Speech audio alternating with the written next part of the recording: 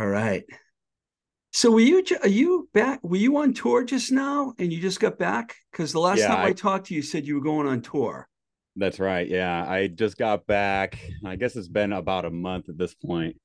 I was out with an artist and then opted out of the second tour with her because it was not the right fit, essentially. Okay, so I guess I Yeah. shouldn't ask you who that was then, right? Yeah, I probably shouldn't say, but it was well, just to say that it was definitely like the worst tour that I've been doing this like live sound now for 17 years. I've like touring professionally for I don't know 11 or 12, and I have no qualms in saying that this was the worst tour that I've ever done. Okay, Yeah. we're not mentioning any names, but is there any reason why you can say it was the worst tour that you ever did? Oh, for sure. Yeah. We've got the time. This is why we're here, right? Yeah. Basically it was just kind of like a combination of like the artist, just kind of being like textbook narcissist, and then just management just dropping the ball left and right. Just from the get go with like issues with the bus. Basically, what they didn't do is, reserve a bus 6 to 8 months out, which is what you're supposed to do, but they did like 3 weeks out from the start of the tour. So what we ended up getting was so we got a bus finally about a week into the tour because it was having mechanical issues. And when we got it, it was just that thing was a death trap. Like the tires were bald, the trailer was leaking. A couple days after we were on the bus, like one of the trailer tires was flat, so we dumped it and then proceeded to have the scariest ride I've ever Is had. I is mean, this just the this is is this just the crew bus or is it the this initially supposed to be everybody, and so after that all kind of sorted itself out. We ended up with two buses, like a crew bus and band bus, but this one was supposed to have everybody on it initially, and so the driver and bus got fired and they went away. And then it was just like a couple days later, our spirits were starting to get up. All right, we're finally getting into the rhythm of things. And then we were expected to do a show on a rooftop in New York in the middle of her tropical storm Ophelia. And if you ever, there's a venue in New York called Pier 17, and it's on a rooftop, very exposed. It's beautiful, like Brooklyn Bridge right behind you. And it was like 40 plus mile an hour wind gusts, raining sideways. And we were just kind of expressing all day, like, this is pretty unsafe for us. And, nobody's going to come anyway, and they didn't. But she decided to push through with the show. And we were yeah. overheard later being like, oh, well, make some cool pictures. Be like, oh, well, never mind us and the people who you have to work with for the next 5 weeks in our well being. So, anyway, around that time, I was basically like asked for more money, seeing the scope. After seeing the scope of the tour, asked for more money. And when they decided that they didn't want to give me that money, I was like, well, good luck then. There are other Wow. gigs in the sea. Well, thanks for sharing that. That doesn't Yeah. sound pleasant.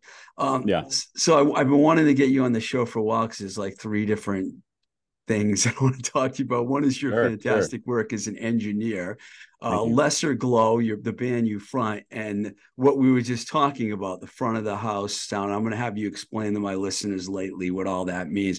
But before Sure. we talk about all that, can you just tell me, like, are you from New York? Yeah. I'm from upstate New York originally, like Adirondack area. So, like, probably Saratoga or Lake George would be the closest towns that anybody would have heard of.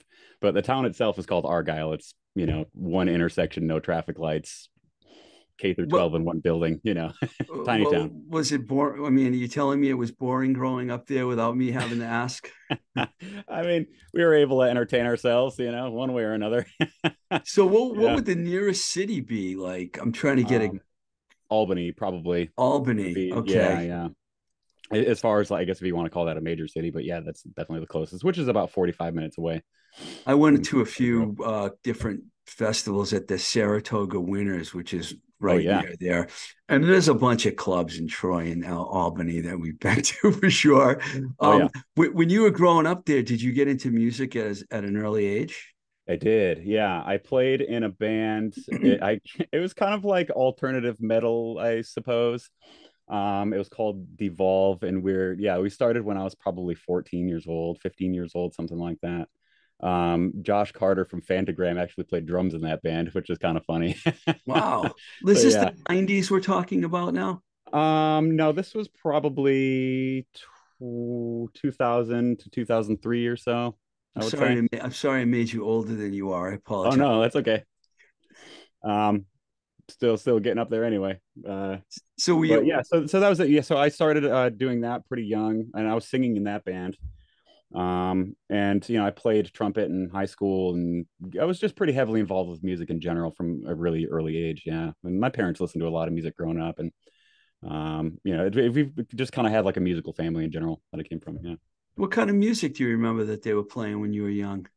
Oh, lots of the country greats. Honestly, I grew up listening to a lot of country music, so I would kind of think that like Waylon Jennings was probably my first like real like all right, I love music kind of thing. Yeah. Um, like the song "Only Daddy That'll Walk the Line." I particularly remember really loving that song when I was a kid. Yeah, and Wow, that was like early Waylon, like clean shaven, pre-outlaw days. Yeah, this explains your diversification when it comes to music. Because I was going to yeah. talk about that with you because you got a lot of different styles. So you said you played trumpet. Did you? You're a drummer too, right? Yeah. So I had a neighbor, like best friend. We would just like ride bikes when we were kids together, and he had a drum set. And so I kind of learned a couple basic beats from him, and then took a couple lessons later on, and then just started doing it on the side until I started playing drums in a band called the Proselyte for about 10 years. Yeah, and I was Oh, singing in that band too. Yeah. so the proselyte was before you moved to Boston? No, that was after I moved to Boston. So yeah, that was with a couple of the guys that I went to college with at AI. Yeah, Nick Wolf and Brad Maycumber and then Mitch Belch were all in that band, and we all met at college. Yeah. You jumped ahead a little bit on me, but that's Oh, okay. sorry. That's okay. So, Yeah. so when you were up there, I guess you want to just go over the upstate New York Oh no, we, experience. we can keep talking about it. What made you decide? The Art Institute. Obviously, were there other colleges that you were thinking about going to, or is that your first choice all along? Um, I applied to SUNY Oneonta as well. And I just kind of figured that going to Boston was a better option than going to the middle of New York for audio engineering. And I had some friends that had moved out there already, and I had a situation where I was able to move into an apartment with a couple friends from upstate. That apartment was on Huntington, like corner of South Huntington and Huntington Ave. So I had a like nice little walk to AI there, the Brookline Village. So yeah, that's how I ended up here instead of SUNY Art Oneonta. Institute Yeah. is that over near Northeastern University? Well, it's closed now. It's that basically they got sued by the government for fraud for They there was like a did? multi-billion-dollar lawsuit. Yeah. Oh shit! But it used to be in Brookline Village, like right on the corner. So basically, there's a dispensary now right across the street in that old bank, And Netta. I think that was actually the first one to open in the city. Yeah, the really big one in the corner, the intersection there. Yeah, I know yeah, exactly what you're talking about. yeah. So it But used to be like there's a really big cement, ugly brick building or cement building in that area that was in there. Yeah. I didn't know Art Institute closed. Forgive me for missing out on all No, that it's activity. all right. Yeah, I have a So, degree from a fake college now. so did you like Boston when you first moved there, or Oh here, I yeah, should say? for sure. Yeah, especially growing up in a place that's super rural and then, coming to a place that actually has a lot more going on and especially to be in that area which is particularly busy.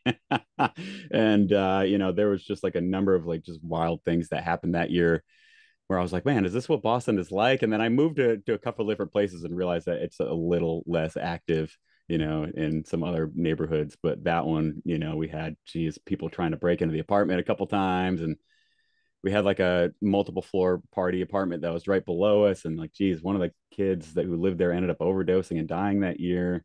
And then just like all kinds of weird, sketchy parties.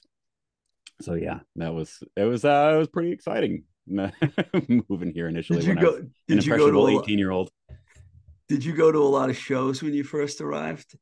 Um, I would say it took me just a little, maybe a year or so to start getting into the music scene. And after I had kind of met some people, one of my roommates was really into the hardcore scene too. So I had gone down to Romans and Brockton a few times. Because I Whoa! actually, so I guess we could back up just a little bit because I did get like really into the hardcore scene in upstate New York, and there was actually like a pretty strong and vibrant hardcore scene at the time. And there was a place called Luna's Underground in Glens Falls, New York, that used to have shows all the time, and there'd be Sunday matinee shows. Oh, I love those. Yeah, and so it's funny. I've met like different people from different bands like over the years who I was like, after I find out they're in that band, I was like, oh wow, I saw you guys in like, you know, 2000 at Luna's Underground. Yeah. Anyway, yeah, I had this friend who was into hardcore, and then yeah, I went to a couple shows at Romans and Brockton, and I remember like who the show was on Broken Wings and Bury Your Dead. I can't remember who else. Have Heart, I think, might have been on it too. It was like just kind of like these heavy hitters, you know. And I remember like standing kind of on the edge of the pit, and I got elbowed in the face, knocked one of my contacts out. So I was like, oh great, I can't drive now. I was like, do I like hardcore music that much? Do I like going to these shows where I just feel like I have to be fending for myself? Turns out the guy who knocked my contact out, he's this he's now a guy I know, and he's an audio engineer, and he was the drummer in this band. No, I'm not gonna. Since the Flood, that was the name of the other band. Anyway, so I saw him later on. I'll be like, wait a minute, you're that guy. We're Anyway, going to hardcore shows up in New York, Glen Falls, I think you said it was. Guns Falls, yeah. Were these like geez, I would almost like call them the third wave of hardcore, or were these like earlier hardcore bands that you were seeing? Were they more modern, or were they older bands, or They're what was? pretty modern with like, Moshi breakdowns and stuff like that. And it'd be some of those bands, and then some of that were more punk, and then being upstate, there's some that were more like new metal-y sort of stuff. So it was definitely like kind of a really good mixture, but everybody was always like really excited about music, no matter really what was playing there. Yeah. Did you get into the earlier hardcore stuff, like the first wave of hardcore, Black Flag, Minor Threat, all Not those as bands? much. Like I kind of like indirectly, because so I have a brother who's about 5 years older than me. So I got pretty into a lot of like heavier music when I was young. But I kind of found it through stuff like the Melvins. I got way into the Melvins when Yeah. I was really, really young.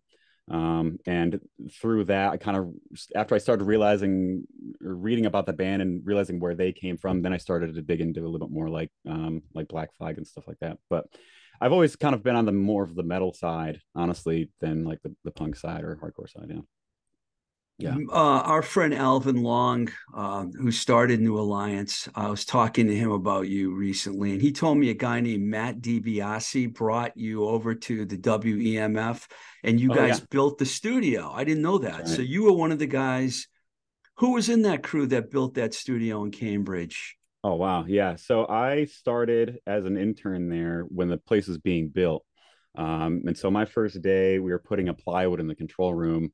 I got handed a beer within like 15 minutes of being there after I had met Bo Dixon. He's like, here you go. And I'm like, oh, I'm like this young kid. I'm like, want to make a good impression. I have no idea what the vibe is like and everything. But, and then I met Elvin a couple minutes later and was just totally disarmed because he's just, he's the best. So that crew was, Ethan Dessau is still there, and then John Taft Oh and yeah, John. Rob Ganella came a little bit Mm-hmm. later, and then Steev Finale, Kevin Baldwin was there a lot building. Um, who else was there? I don't know. I'm sure I'm missing quite a few people, Whose but intern were you? Were you uh, Alvin's intern? I guess Ethan's technically. I was definitely there to engineer, and so I did a lot of interning and assisting under Ethan for the first few years that I was there. Yeah, yeah. So you never saw the original building over at 1312 Boylston. I didn't. I came just a little bit later after that. Yeah, I think when I started, like maybe my first year of college was when that one was starting to get ripped out, and so I saw it like just a couple years later, and I joined on and started building up the new space. But saw a lot of pictures, heard a lot of stories. It seems like we're Yeah, around 2005 or 6 we're talking right now. correct. Yeah, Yeah, that's what exactly. I thought. Yeah. So once the studio got built, were you working under John Taft and Ethan with bands, or when did they say, okay, you can start using the room and recording? Yeah, I would say it was probably after about a year or so. And then, I started recording bands that I had either like my own, with the proselyte or like different bands like Zip Tie Handcuffs, who I'm actually working with right now again. I went to college with those guys as well. So we've been pretty tight for a very long time now. Um, so I guess that was after about a year. So and then I was after quite a few sessions with Ethan, a few with Taft, and then a few with Ian Kennedy as well. He was in there Oh, a bit at the Ian, time. yeah. And then Mark Schleicher, I think I did a Oh, couple sessions with him as well. Yeah. yeah, I worked with Schleicher on some Yeah. records. I actually did a lot of stuff at the old New Alliance because I moved here, then I moved back to the West Coast again, and that's you kind of slipped in. That's why I talked to Alvin about you because I'm like, Yeah. What's Alec's story? Because where did he come from? You know, because I was gone for like 10 years and come back, and you're a star now in this town. Was the proselyte already together by that point? Because I think you didn't put out your first release till 2011, but did it start way before that? Oh, so 2011, we that was actually our third record. Oh, it was. An album Oh, called Sunshine. Yeah, we did. I think our first record was 2007. It was a self-titled that was kind of just like a compilation of like they were like recording projects when we were in college, you know. And so we would get credit for them, and then we ended up releasing it after we got whatever 7 songs together, you know. But you know, they were all like 7 to 10 minutes long, you know, pretty long, like Neurosis Worship kind of stuff. Yeah. I'm sorry, I got my timeline a little Oh, that's screwed all up. right. Yeah, yeah. That was with Nick, a couple of Nicks, right? We're in It that was band with you? Nick Wolf was the only. So it was Nick Wolf and then Mitch Belch, those two guitar Mick players, Belch, sorry. and then Brad Maycumber was on bass, and Brad is like a pedal builder now. He has Nerd Knuckle Effects, and he works for Electronic Audio Experiments as well. But yeah, we played it in that band for almost 10 years. And the last couple, we were just a three-piece. Mitch had kind of decided he doesn't want to really play heavy stuff anymore, and his focus was primarily on Cask Mouse at that point. So he kind of did that, and then we released another record as a trio, did a couple tours like that, and then I think at that point we're like, do we want to do this anymore? And I think we're all collectively like, nah. And we think we've gotten all we can out of this project, and you know, it's a pretty amicable breakup. There we go. Yeah. I'm sorry I tried to and change Mitch's oh name no to no Nick. no, that's all right. There's Mitch only made one one Nick, Steve. syllable. There we go. Yeah. I'm going to stick with your music, personal music for a little while here, and then we'll Sure. get back to Sorry. engineering. Because Lesser Glow, actually, when you guys came out, you made a pretty good name for yourself. Now, would you call the band like black metal, doom metal, sludge? I mean, what's the what's the best Yeah, title? we kind of flow. I know everybody always kinds to like put a bunch of genres into their band and you know being pretty unique, but I feel like we do a pretty good job of mixing a bunch of different stuff. But I think we're probably in like the post metal and doom category. But we're all like very much into like grunge and stuff like that. You know, Soundgarden's a huge one for us, and you know, definitely, obviously, like the Melvins for me. And so, and like Alice in Chains, stuff like that. So I feel like, uh, and also I guess you could throw Failure in there too. Then I guess a little bit later than grunge, but something that we all kind of meet on as far as writing heavy music that still has like some more like pop sensibilities, you know, that has hooks and stuff like that. So yeah, Did we you try to throw as much as in there as we can, but while still keeping it fairly tasteful. Yeah. did you guys? I mean, when did the band form actually? Because I know Ruined came out in 2018. We were Yeah. already out for a few. You had a few singles before that, right? So we Ruined came out when we had hardly, I don't think if we maybe we'd played one show at that point. The way it Wow. all kind of worked out was just like right place at the right time. You know, I had kind of was brought into the fold by Joey Gonzalez, who is the guitar player and like main songwriter for the band Forn. They're like a doom metal Oh band, yeah, you originally from worked with Boston, them. but they've all Yeah. kind of spread out at this point. And Joey was originally drumming in that band, and I got brought in, got sent a couple demos, and then just tracked some vocals on them really quick, and it all just kind of gelled from there. Ultimately, Joey ended up leaving the band. It was like he kind of had stuff going on, and we just kind of felt it wasn't quite the right fit for what we were going for. Anyway, a couple drummers later, and Seth ended up in the band, which we're thankful for because he's just amazing. And yeah, so we had played a bunch, kind of wrote some songs, and we're like, let's just go in and record before we're really ready, you know. And we did that, and then Andrew, he's kind of like the main songwriter, main riff writer in the band. He was playing drums for a band called Arms and Sleepers in Europe at the time. And so he had run into Robin from Pelagic Records, who plays in the Ocean. He ran into him at Dunkfest, I believe, which was maybe in Belgium. And so, yeah, they just got to talking, and he basically gave him a demo and got an email a couple weeks later. Yeah. And then we You ended up answered my with a deal next. within, uh, you know, we're hardly a You, band when we got a deal. I was going to say you answered my next question because I was wondering how you got on a German label. Um, Yeah, that's how. but I watched the video a while ago for Vacant Throne. That's a scary video, man. I was Yeah, going to yeah. ask you about that. Was that a band concept or the label or a director or what's the story with that video? So that video, Andrew put that together, and he took some really old, like public access movies and just like kind of chopped it up and made a narrative out of it that sort of fit in with like the narrative of that song in particular.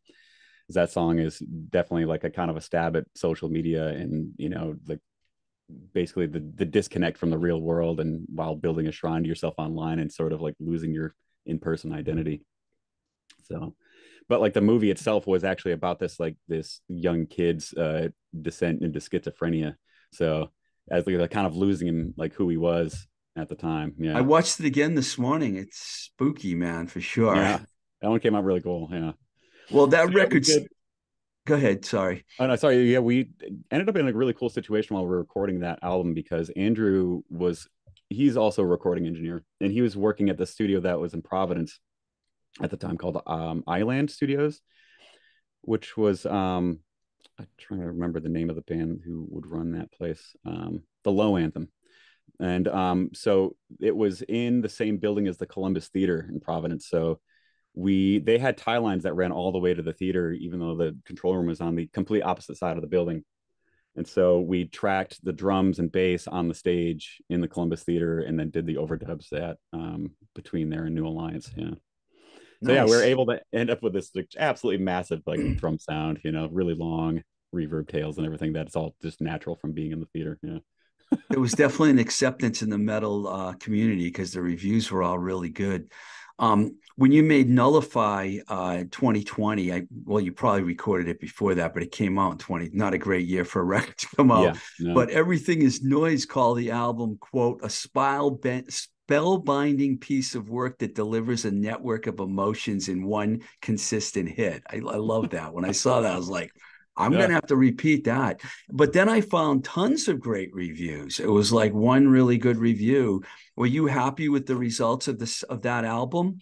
I was, yeah. That one, that was the kind of just kind of a tough record for us to make. Just personally, I think I was just like going through like health stuff and family stuff and whatever at the time. And I think you can definitely still hear that on that record. But yeah, we had worked on it for probably 2 years or so. Right around the time that Ruined came out, we already had like the first couple songs for Melody written, and then it just kind of came together over time. And then there's like a whole like story arc and theme for the lyrics that sort of came together over time as well. But yeah, we were really happy with the way with the way that record came out, and we still like playing those songs. Just like the timing of the release is pretty unfortunate because we were given the option, like should we push the release or just put it out? And like at the time, you're like, well, we have no idea how long this is going to go on, so we don't want to wait an extra year or who knows how long until we release this. So like, let's just put it out and see what happens. And so we did. And and I think at the time it was definitely the best decision. And I don't know if there was a good decision at that point because that definitely took the wind out of our sails for a little while for sure. Like putting it out and like seeing all like this press and then not being able to tour on it at all. And so yeah, and then it took like quite a while for us to kind of get back into the swing of things, which we are now for sure. Did you get to tour at all on that record? No, we haven't. We haven't done anything with that one yet. And at this point now, it's like it's so far past like an album cycle. So now we're just kind of waiting until we get the new one started to getting to work on it and or finished before we can get back out there again. Yeah. It's too bad because I watched that full length video of you guys at the Sinclair from December Oh 2021. yeah. That was fantastic, man. Thanks. You got That was some a fun serious show. good choreographing going on stage. I always pay attention to whether a band knows what to do when they're playing, and your band definitely knows what they're doing. It makes it pretty easy. Everybody in the band works in the music industry. So I kind of feel like just with the amount of the sheer amount of shows and that we've all worked and played, everything it comes together pretty naturally for us. Yeah. Rather than wait, I might as well say it right now. You guys have a gig on December 3rd, right? That's still That's happening. right. It's Sonia, which for people on the other around the world don't know, that used to be TT the Bears. They just redid the whole room and it's bigger now. Who's on that bill? That is Body Void, and Glacier and C and then us. Yeah, it's a pretty good bill, really heavy bill. Yeah, so this is like the first time you guys have played out in a while, right? Yeah, geez. So the last time we played was August, and we played at Bone Up Brewery. And we've done their anniversary show now for the past few years, and they'll like brew a special beer for us and everything. They unfortunately announced that they're going to be closing. They're getting kicked out of the spot that they've been occupying for the past few years. So everybody get down to Bone Up Brewery and drink some beers for them. Yeah, Yeah. please. Well, the main reason I actually the other not that I'm downplaying your band and everything, but there's other things I really wanted to talk to you about, and I wanted to go back to the engineering. Mhm. I got to know you through the guys at New Alliance, mostly Alvin, and some of the records you've done. Like you mentioned, Zip Tie Handcuffs. Now, I thought they had 3 records out, but someone told me they have like 8 records out, I, and I think so this is number 7 that we're working on at the moment. Yeah. and Max told me that you've done all their records. That's right. Yeah. It's kind of funny. It's like you can sort of gauge my career based on their discography. You can sort of hear each record get just a little bit better each time. But yeah, they're always a blast to work with. They're such a good and like such a unique band. Um, and they really kind of throw a lot of really cool elements together that I don't feel like a lot of other bands are doing. Yeah. The last record they did was fantastic, man. I remember listening to the vinyl on that. It's like very spacey, psychedelic, but it's got a good rock.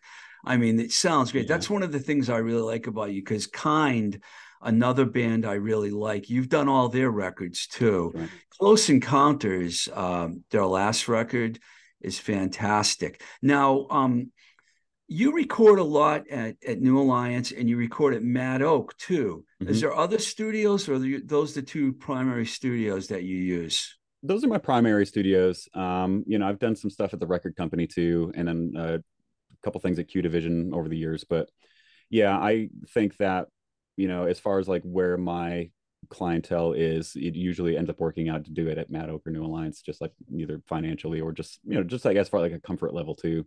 They're just like good studios to work at, really both easy. They both sound great, a lot of great gear. So For yeah. the normal person out there, they probably wouldn't know the difference from one studio to another, but we're talking, and I'm going to ask you, is it really difficult to go into Mad Oak and have it all set up and imagine it setting up the same way at New Alliance? Or is it like, do you just know these boards in these rooms so well that it's not an issue for you at all? I mean, essentially, as far as like basic signal flow, most of the studios will be relatively the same. The thing that ends up slowing you down, it's not necessarily like a signal flow thing, but it's just a matter of like getting the lay of the land and knowing where certain cables are located or certain things on the patch bay are located, to get to certain pieces of gear. Um, and then there's always like the trial and error of dealing with different rooms and like figuring out where do you want to put like drum room microphones and and then getting to know like if there's any problem areas in certain rooms, and that stuff comes over time. But overall, just to get things up and running, it's not too difficult. I feel like bouncing between different studios. Yeah. Is you have a great drum sound on a lot of your stuff that I've heard. Is that like a real? Are you one of those guys that takes like a whole day to get those drums set up and ready to go? If I can, I will try to steer bands towards doing like a setup day or at least like a setup evening beforehand. But if we can't, it's not a big deal. I definitely will put a lot of time into tuning drums before I even put mics on them. And then after that, I will kind of, based on the type of band, and I'll generally have discussions with people about like what kind of sound we're going for as far as different records to reference, and so then I'll make some mental notes and pick some microphones based on that. Um, but all these records might just end up sounding exactly like they would anyway because they're coming out of my brain and resonating between my ears and my head. So it's kind of funny how it all works out. It's like whether you realize it or not, like the records end up sounding fairly similar because like your tastes will force you to do certain things where you're like, all right, well, I really like the sound of I don't know, Andy Wallace's records or Dave Sardi's records, but like your taste and your ears will never guide you towards that, despite referencing their records relentlessly. Do a So lot yeah. of bands come to you and ask you to record them? How do you decide who to work with? It's a mixture. Sometimes if I hear a band that I really like, I'll reach out to them, but otherwise it's a lot of like just networking, like friends of friends, and I'll get hit up that way. Yeah. and just like Well, connections that I've made over the years, either playing in bands or or doing other records. Yeah. I was going through your discography, and I'd have to say the Foreign Rites of Despair. That was a really big record for you, wasn't it? You mentioned It them was. earlier. What was it like working on that with those guys? Oh yeah. With Foreign, I'm pretty heavily involved with like the production aspect of it too, as far as like tones and those albums generally are kind of like through players as well. So we'll work with Joey in the band about as far as like different transitions and stuff like that. But yeah, those records are a lot of fun to work on, and I think that Joey is a really good composer, and he has like some really beautiful chord voicings that he puts into his music. And I always find their music to be very heartfelt too. So yeah, I've loved working on those albums a lot. And that last record in particular, it's funny. It was like I at that time was going through some like issues with my spinal cord, and I had just gotten a spinal tap a couple weeks prior to mixing that record. Spinal Tap? Yeah, yeah. And so I was mixing that record, and so I was like, when you get a spinal tap, basically there's a percentage of people whose uh like spinal cord, the dura it's called, where your fluid is stored, where it won't close back up. And so if your fluid starts Yikes. getting out, you get these crazy headaches. And I was mixing that record when that was happening. So I will definitely always remember when I hear that album, that's always what I think of. It's like I was lying on my side in bed, like doing editing, and then I'd like go sit up at my setup for a while, like, all right, mix for a little while, and then yeah, until it was too much. And then I'd retreat back to lying down for a little while. Yeah. His I experience, but I think that record came together for sure. I really like that one still. I only pulled a few things out. I know that I know you worked with Addie's son too, which is a little Yep. bit different. How did you get on Addie's radar? Oh, geez. I've known Addie for a very long time. I had worked, Addie played in a band called Whitey back in the day with a few other folks. Andy Newman, who has since passed. Rest in peace, Andy. He was a really good guy. And then Arnie Victorine was on bass, and Kyle Rasmussen on drums. Incredible band. They were great. And it's funny, that's maybe one of the only things I could still go back and listen to, say from like, I think it might have been in 2013 or 14 when we did that album, where I could go back and listen to it still and be like, all right, this sounds okay. It sounds pretty good. So then we did that. And then I did a children's record with Addie called Sunny Day Rainbows. So she's got a couple albums out like that. We basically made the Sergeant Peppers of kids records. And then, yeah, it just, our friendship has just kind of bloomed, and like our trust in each other as far as being artists have has really developed, and I think we have a pretty good working relationship. So yeah, The last time I ran into it, New Alliance, was it Worshipper that you're with? yeah, yeah. So I just finished mixing Worshipper's newest record, and it just got mastered this past week. Yeah, Pat Okay, DeCenzo at Q Division mixed or mastered it rather, and this that was came the out first great. time you worked with them, right? Yeah, Yeah, yeah. because So, Benny, I got to tell you, I'm serious. I'm sorry to all the other engineers out there listening, but Alec and Benny Grotto are my two favorite Boston guys because I like the heavy stuff that you guys do. Um, how I mean, when they came to you, how did that work out? Because those guys are like, they can play, man. oh, they're amazing players. Yeah, the whole process was so easy because they just know what they're doing. They've all made a lot of records. But yeah, I had sort of come to that record because I'd known a few of the guys for a while, but Dave Jarvis in particular, I'd known for just being around the New Alliance crew. So he was definitely around when we were building out the EMF space. He was doing some electrical work there. So, and then he played a Mellow Bravo, and there was just like that whole community that practiced in that building for a long time. So, yeah, geez, I've known Dave probably for the better part of, I don't know, 15 plus years at this point. I Yeah. have to mention something funny to you. When I used to when I first moved back to Boston because I'm from here originally. After I left A&M Records, I was here at the end of the '90s, and I was working with a bunch of Boston bands, and one of them was a band called Humans Being, and their rhythm guitar player was Dave Jarvis. No lie. When I Really? heard he was a drummer, I'm like, Yeah. "What? You're a drummer?" And he's all, he played in a lot of great bands, drums since then. But I really like Worshipper a lot. I want to see them like. I'm wondering why they haven't gone to the next level. And I hate, a lot of times people say it's because of the songs. So I'm going to ask you the songs, is the songwriting seems like they're going to another level with the new stuff? I think so. Yeah, I definitely listened to their previous two records quite a bit when I was leading up to this one. And yeah, I feel like the new record is a bit more varied as far as like the styles that they brought in. I think that the first couple albums were a bit more just like classic metal, and there's definitely still quite a bit of that going on. But I find that there was a bit more like different like classic rock influences kind of coming in there. So I feel like it's maybe not quite as heavy as a few of their previous albums, but you know, there's definitely still some heaviness, but also some spaciness and very melodic. And then insane guitar solos and vocals. Yeah, there's just a really kind of gives you a lot of everything if you're into heavy stuff. Yeah, it's good. I was going to say there's a lot of good guitar going on in that Yeah, band, for yeah. sure. Oh, for sure. Yeah, they. I mean, whenever like Alex, I know you had interviewed Alex not that long ago, and I mean, whenever he will track the solos himself, you know, and hyper focus on them and over analyze them, and then he'll send them to me, and they're just like absolutely amazing. You know, like double tracked and harmonized, and you know, perfectly in time and in tune. Yeah, he's great.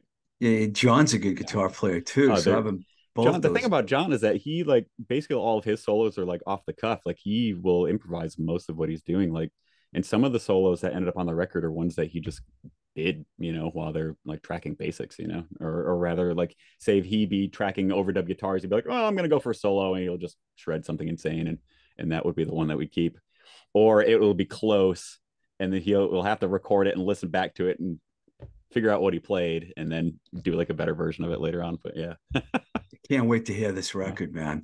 Okay, this is going to be my favorite part. Not that all of it hasn't been fun, but front of house, FOH studio. Okay, Yeah. most people out there aren't really going to know the normal person, but can you explain?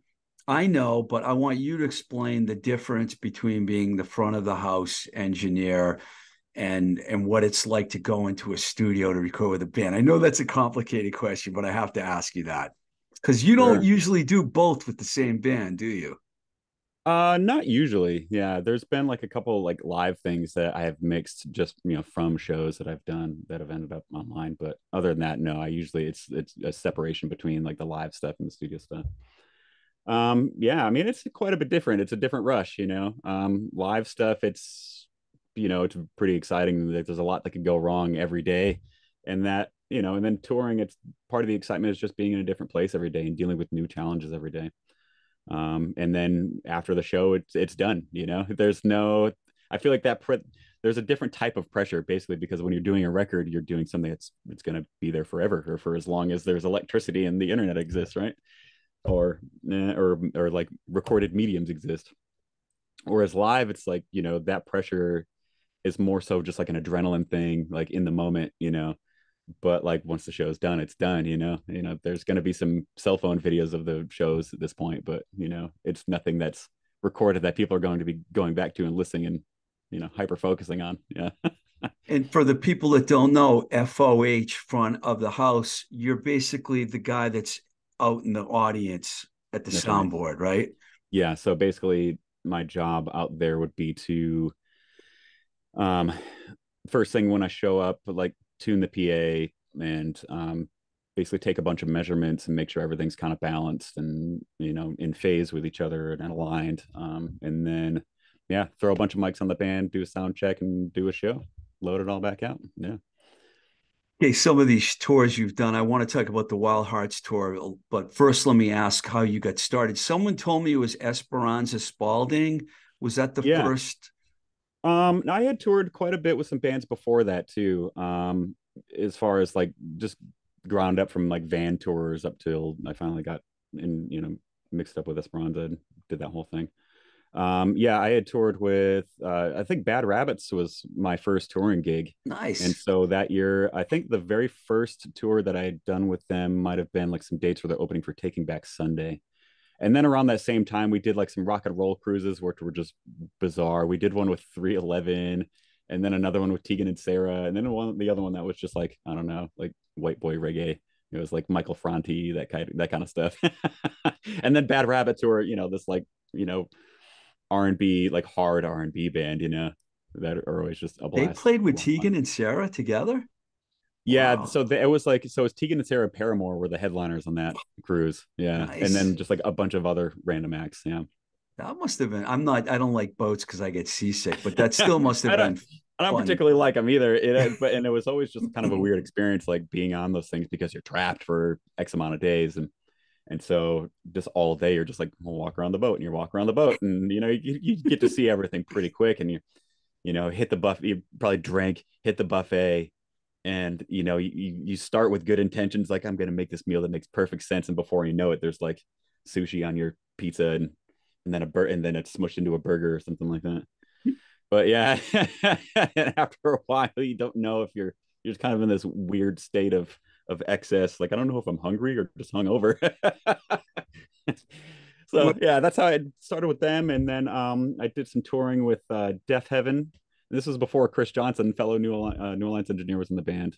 So I did a few tours with them, a headlining run, and then one where they're opening for Lamb of God and Anthrax. Who else? I toured with We Are Promised Jetpacks, a band from Scotland, around the same time. And then there's a band from the UK called 254 that I did a couple tours with as well. So yeah, just kind of like a lot of like stuff, like just building up as far as like size, to where I am now. Yeah. Esperanza and Chelsea Wolf. You did a lot with Chelsea too, right? Yeah. Yeah. Yeah. I've been touring with Chelsea now since I think 2000, end of 2017 or 2018, something like that. Yeah. And working with her is great. Yeah. She's awesome. We were talking about being diverse before, and I got to tell you, man, I don't think anyone could understand how you could work with Lamb of God and Angel Olsen. I mean, it's like it's Yeah. all over the place, man. Or be Yeah. on the tour. I mean, I don't know if you worked directly with Lamb of God, but I mean, you were out on the road. I mean, these are like completely different artists. The Wild Hearts tour there was a big buzz on that tour. Sharon Mm. Van Etten, Angel Olsen, because they did that song together. And then Julian Baker, who all of a sudden now is in a band that might be, one of the top five biggest bands in the world. Oh, Boy Genius. Yeah. It's every other Pitchfork article is Boy Genius. Yeah. Yeah, there's such a buzz on Yeah. them. It's insane. I've Sure. always been a Lucy Dacus fan, and when I heard she got together with them, I was like, this is interesting. Yeah. Quite Wild a super Hearts group. tour. Did you do the front of the house for all three on that tour? No, just Sharon. Yeah, Sharon. every artist had their own engineer, and both for front of house and for monitors on that run. And yeah, it was definitely an endeavor, that tour was, because it wasn't the situation like most shows where, say, you have a headliner that sets up and then all their stuff stays in place all day, and then a couple openers will build around that.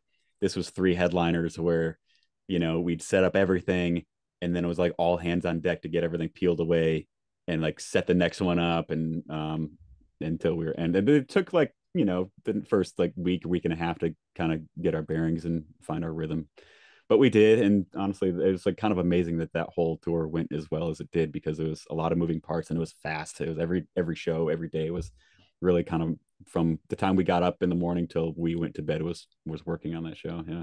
It was all U.S. or did you go over? I know you went overseas with Sharon Van Etten later, but was this tour just a U.S. tour? Yeah, we did a few Canadian dates, but yeah, for the most part it was US. Yeah. We did two dates up at Massey Hall, which was a lot of fun. And also just like, growing up and listening to like Neil Young live at Massey Hall too. It's like, wow, being in this room is, Yeah, you yeah, know, feel that's cool. you can feel the legendary energy there. Yeah. How did you get? How did Sharon and you end up working together? How'd that come together? Because she's really popular these days, man. I Yeah, mean, she's awesome. Yeah. So I got looped in with Sharon through her tour manager, this guy Ben Hoffman, who's a really good friend of mine, who I've known for, yes, basically since he was in college. He went to Northeastern and has since moved to some other places since then. But so I toured with Ben with a bunch of different stuff. With Esperanza Spalding, he was tour managing her, and then this other artist from the UK named Bruno Major. So I've done like a bunch of stuff with him over the years. Anyway, they were Sharon had been working with this one engineer for a while, and they're still friendly as far as I know. And he had produced her last record. And I just think that, like, as far as like his workflow and ethic, it was just not, I think, what people were looking for the Wild Hearts thing, because it was just so fast paced. So anyway, he basically got let go, and I got a call maybe 2.5 weeks before the tour started. And the funny thing is, like, I had been, that year was just so busy, like right after the pandemic, everything had just exploded, like as far as events. And so I had basically worked almost every day from like April until, the middle of July. So I was like, all right, I'm going to take like The next month, pretty easy. Maybe I'll do like mix some records, but hang out with the dog and my girlfriend and just. But anyway, I got the call from him, and I'm like, well, I can't say no to this. It'd That be was one of the ridiculous biggest not to. tours of the year, It you know. was. It was that tour. I think by all measures was very successful. Everybody had a really good time. The crowds were great. Yeah, and the artists were. That was like one tour where I was like, I would watch it the entire thing every day. It was just exciting. It was like a really good community, and just watching the other engineers mix the bands, and the band's just absolutely killing it. And it was just really good times, good vibes. Yeah. So there was a good vibe between Sharon, Angel, and Julian as well. Oh, for sure. Yeah, yeah. It was felt very like a big family, very much like a big family. And Angel would come out and sing. So basically, what was happening is Julian was the first of three almost every day, except for Nashville, which is kind of like a hometown For show a for her. hometown, yeah. Yeah. And so otherwise, it would be Sharon and Angel swapping headlining duties or whoever's playing last based on like ticket sales, or say if there was on some major markets, we'd do two shows, like LA, we did two shows, Toronto, we did two shows, and then New York, we did two. And then they would just swap, say like night one would be Angel and night two would be Sharon. And so every night, though, one or the other would come out and they would do like we used to together, that song that Their they hit recorded song, together. yeah. Yeah. That's Yeah. So fantastic. yeah, it was a really good time. We had a really fun, really sweaty time on that tour. It was a hot summer. I remember it That, was when we were in Austin, Texas, I had to shut down the console after sound check because it was probably 100. It was over 100 degrees that day. And then there was just like reflections off of glass from a building right behind us that were just, oh God, the console was unhappy. Yeah. so wow, you got a really good career going here for sure, man. I mean, you get the best of all worlds, I guess you could say, right? It's been an interesting ride, yeah, for sure. Have definitely have gone some places that I thought I'd never would have been able to go, or done some things that I probably wouldn't have been able to do otherwise if I wasn't doing this for a living. Yeah. I mean, I feel very fortunate for sure. Yeah. like we used to in Rites of Despair. I mean, it's great, man. It's But, great. yeah, yeah. So before I let you go, I know you got the Worshipper record coming out. Do you have anything else in the works now, or you got a tour coming, or anything you want to talk about? Tour as far as touring goes, I think I'm home until next year at some point, like mid next year or so. But right now, yeah, so I'm gonna be going into the studio in January with Lesser Glow. We're gonna do probably, I think, 4 songs, maybe 5. So I think our plan is to do like a couple EPs that'll eventually kind of get smushed together to be a full length. And then right now I'm mixing the new Zip Tie Handcuffs record, which is shaping up to be very awesome. And definitely, I think a bit more psychedelic than some of their earlier stuff, other stuff. What else has been happening lately? I just did a thing with a band called Luxury Death Trap. We did like a live in studio thing at New Alliance, and they took some of their songs and like reimagined them to be acoustic. And then some more stuff with Addie Sun too. Yeah, it just kind of all over the place. Yeah, just trying to stay busy, basically. I got to mention that cover of the Yardbirds "For Your Love" just popped into Oh my head. That was great, man. You engineered that, right? That was yeah, a good one, yeah, man. Zip tie, they're interesting. Well, thank you, man. of Appreciate your course. Yeah, time. I've been wanting to get you on the show for a while because you're really interesting. You got a lot going on, and I appreciate you coming on. yeah. I'm glad we're able to finally do this. Yeah. All right, man.